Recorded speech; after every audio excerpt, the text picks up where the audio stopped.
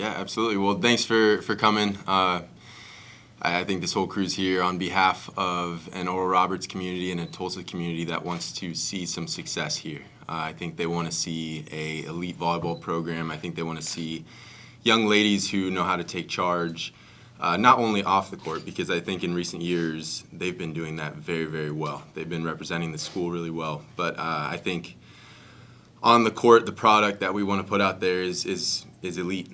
And I think if that's who you are, if you're 16, 17 years old, if you're a club director, if you know some kids who love the Lord and love to win, I think this place should be that place for you. That's what works best for me. I like intelligent kids, I like great athletes, and I love the Lord. So, yeah, if that's you, come here, play some ball, let's win some championships. That's pretty much my opening statement. I want to win some championships. So, yeah, anything else from y'all? What initially drew you to coaching volleyball, and how does your coaching philosophy align with ORU's athletic values and culture? Well, when I got a chance to speak with the president, I think one thing was apparent, that this spirit-empowered life that he's trying to cultivate here on campus, it fits so well with volleyball. So one thing that drew me to volleyball after playing baseball and basketball and football as a kid was I did not like scoring a touchdown and then banging my helmet, or having someone, the defensive end, like bang their helmet against my helmet in celebration. To me, that's not celebrating, that's brain damage. I love in volleyball how after every single point you celebrate, you grab each other, whether you win or lose. And I think that is what the Christian lifestyle is about. That's a spirit-empowered life. So that spirit-empowered life, that is the center of the growth that ORU is experiencing, the center of the growth that Tulsa itself is experiencing. I think that fits so well with what my vision of a good volleyball team is. Whether we win or whether we lose, did we grow from that? Did we learn from that failure that may have happened on the point? Because volleyball, like baseball, is a game of errors. You look at batting average, you look at hitting percentage, they're very consistent. So a great attacker in volleyball will hit above 300, same as baseball. If you're having a slump, you're probably hitting below 100, same as baseball. So I think that's something to consider as you're watching the game, as you're looking at stats, because we're such a big stats society.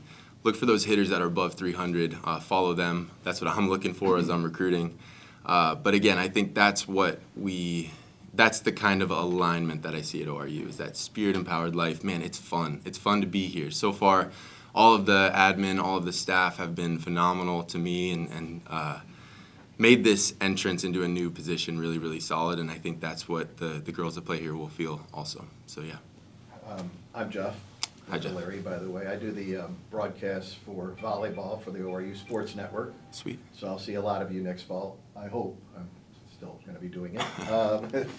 The change from playing men's volleyball, obviously, to coaching men. Now, last year you switched to coaching women's volleyball. What's that transition been like for you? Well, I've always been a women's volleyball coach. So since I was 16, that's kind of when I started coaching, and I was just volunteering with the high school team. It was weird coaching girls that were older than me, but I kind of had a little bit more experience high level. And then all the way through college, every summer my job was to coach summer camps, girls teams everywhere. My first job out of college was an assistant women's volleyball coach. So the head men's coach, that was actually the thing I had to learn, was how to be so aggressive as a coach that you could pull these guys in. It's a lot like being a football coach. Like, I don't know, you got to bite them on the ear, you got to show them you're the big dog. That's how you coach men. How you coach women is completely different, and that's how I've been doing it forever. It's a lot more individual. It's a lot more knowing who they are as a person. Girls need to bond in order to battle most of the time. So it's a lot of spending time off the court so that time spent on the court really is powerful and grows into something awesome. And so you can do that individually, you can do that as a team, but you have to do that with vulnerability. You have to show them a little bit about yourself. You have to be who you are, because they can sniff out liars like it's nobody's business. So just being fully present is huge. Being a good listener is huge. And I think those are the things that they look for, is that are their needs going to be met when they come to ORU?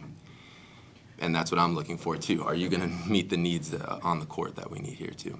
You know, ORU is a very international university, obviously represented by many different countries.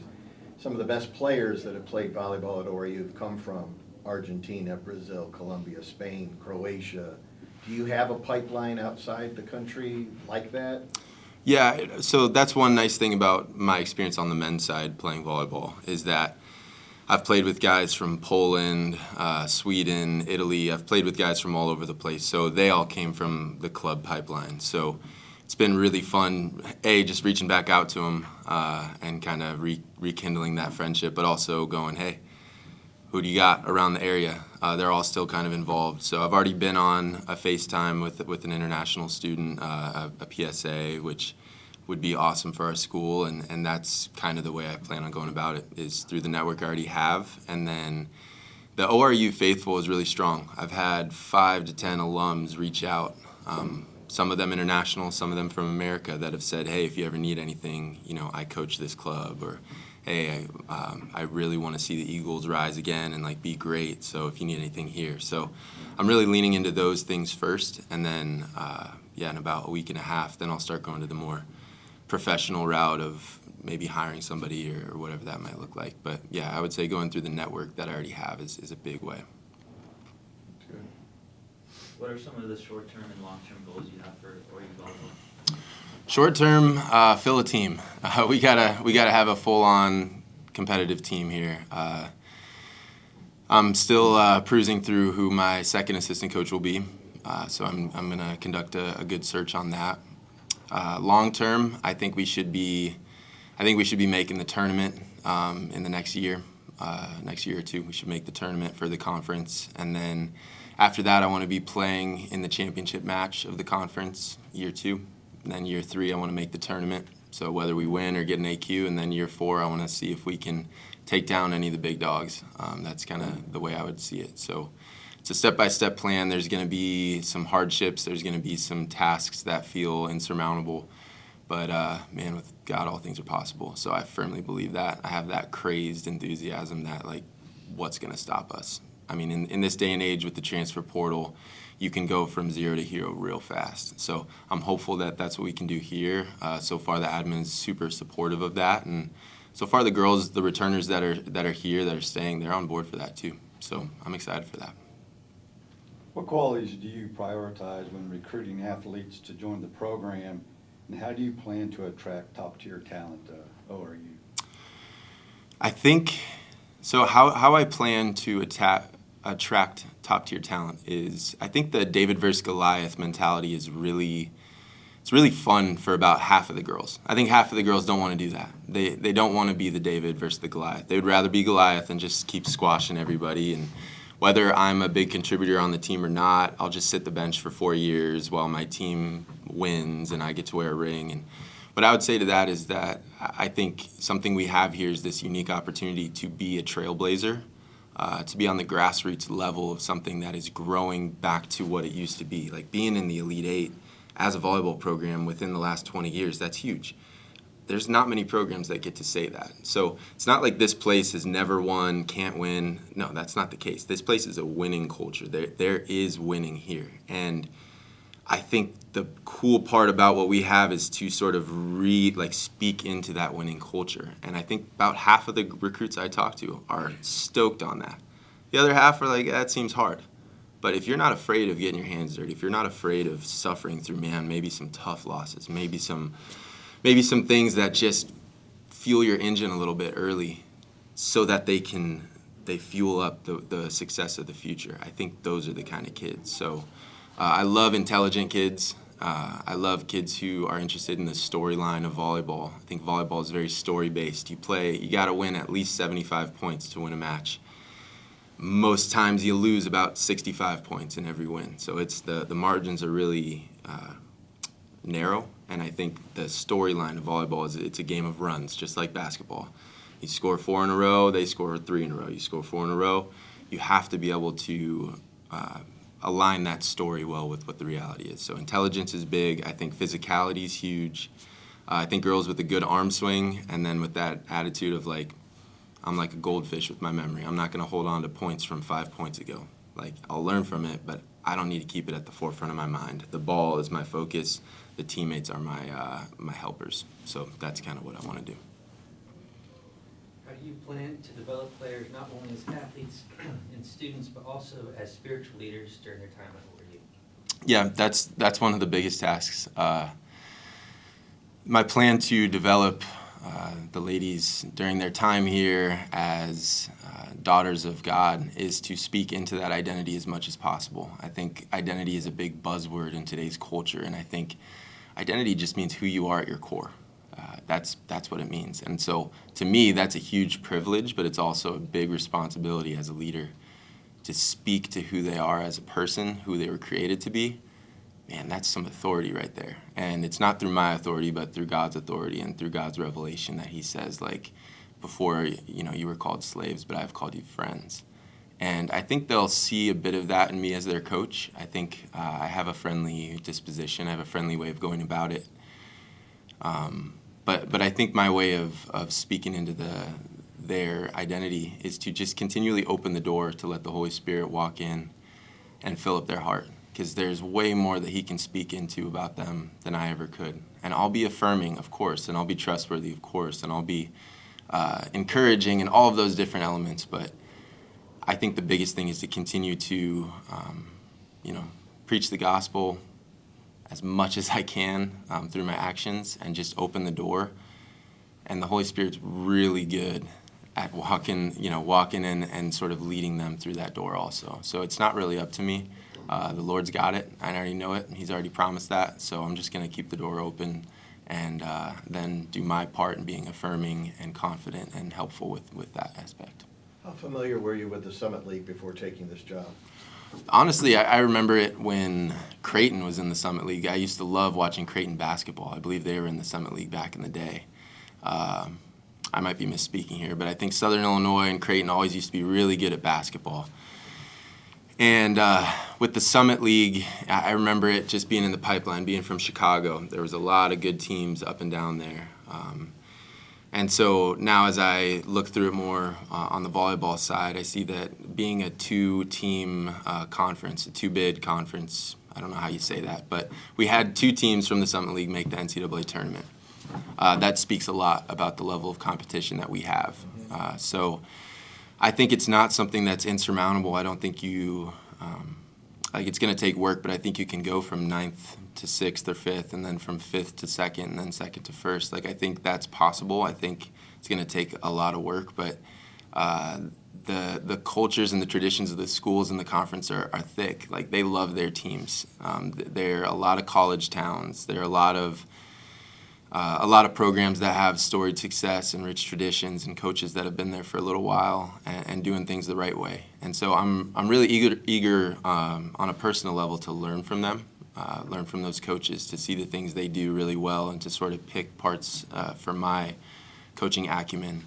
But then I'm also eager to learn how the travel works and getting on the road and just seeing what we can do to shake it up a little bit, because we've been at the bottom for a little bit, and I think it's time for us to rise up. So what are some of the factors that you saw at ORU that really drew you to ORU and made you think you could build a consistent winner here in a program that you compete at the highest level? Yeah. Well, I think one thing I saw at ORU was the phenomenal facilities. I think the facilities were sort of the thing that brought me here, and then once I got on campus, it was the people. It was the passion that I was seeing in the faces, and it was Christmas, and it was snowing, and it was, there's a lot going on across Christmas, and I saw families, I saw joy, and I saw a desire to win. And I think so often it's a buzzword and a cliche in collegiate athletics that, like, we're a family. But when I got to meet, my boss's kids, and I got to meet a lot of the admins' families and stuff, and got to see that, their whole family's bought in, and they're not unwelcome from joining. I think that part was really, really exciting to see because, again, the types of student athletes we're going to be recruiting, if they play volleyball, if they play good volleyball, and they want to be in a Christian environment like this, they're going to want to have a family around them. And so the fact that the families are already invited in just made me feel like I could, bring my fiance with me here, and we could start a family and really build something here. I also loved that recent success of the College World Series entrance of the baseball team, and then the Sweet 16 run of the basketball team shows that this place can win. And then when they win, the community supports like crazy. So, I'm hopeful that we throw together a good consecutive string of wins. The team starts showing up, and then the fans start showing up as well, and we fill the Mabee Center. That's one of my big, huge goals there. So you had a pretty good career yourself on the men's side, and you're going to bring your sister in here. Yeah. Who probably even had a better career, right, Definitely on the did. women's side. Talk about what your sister can provide on the staff. You're going to hire her. What her expertise you're really planning on using. So much. So my little sister is coming in as my assistant coach, and when I was 16, I never would have thought I would have invited my little sister to anything, let alone working on my coaching staff. But I think anybody with some of the wisdom that comes from working in a professional environment for a while, you realize how important trust is. And I think the trust that family, true family, has, there's nothing deeper than that. And I think not only was she an All-American, she started as a walk-on at Nebraska, and then she ended up playing every single set in her 4-year career. So she is the Cal Ripken of volleyball. She knows what it takes to win. She started as just playing 3 rotations in the back row in a humble role and worked her way to the front row, playing 6 rotations all the way around. Won her sophomore year, the national championship, 2015, and then won again her senior year as a captain, as a 6-rotation player in 2017. And one thing that was really neat about her time is in 2015 when she won, she was a sophomore. She was so ecstatic. I remember her coming up into the bleachers, and after winning, she was almost high-pitched squealing, could not control the joy just leaking out of her. It was hilarious. And she was all over the place. Well, then when she won her senior year, she came up to the bleachers. It was more like she was looking around. She was like, Nolan, what do I do now? We're done. We did it. What do I do? I was like, Ani, you enjoy it. Good job. She's like, yeah. And you could see just the load of the responsibility there. So she's felt the weight of responsibility of being a leader of a high-performing team already as a player. Then she went on to play pro in France, and then she went on to coach at Montana. But she also was a missionary for 3 years at a few different colleges, working specifically with student athletes. So she's felt the burden of responsibility. I think that's one thing also that people with that experience realize, man, I call it wearing a backpack of responsibility. You got a big red button. Your parents are trusting that the kids are going to be safe. You're going to take care of them when you recruit them onto your team. I trust immensely that no matter what, any kind of conversation that Annika has with the girls is going to be centered on something good, foundational, holy, and right for them. And I think that is huge. And I think any mom and dad watching, any mom and dad coming on a visit, once you meet Annika, you'll realize that, I might be crazy, enthusiastic, gung-ho, all this. Annika, we are a good yin and yang as far as I'll be a little bit more extroverted. She'll be a bit more relational and sort of listen first potentially. But I think in that we're going to tackle a lot of things and be able to be there for any type of personality that may enter into this program. So, she's won at every level, and I'm excited that she's joining. All right, last question, 30 seconds. What's your vision for ORU volleyball? My vision for ORU volleyball is we are going to be a high-flying, dynamic, offensive team that is going to be a force in Oklahoma. I think we're going to be a force across the Midwest. I think that we are going to be a force in the airports and the hotels, and people are going to look and go, well, where are those smiles coming from? Where's that joy coming from? Where's that passion coming from?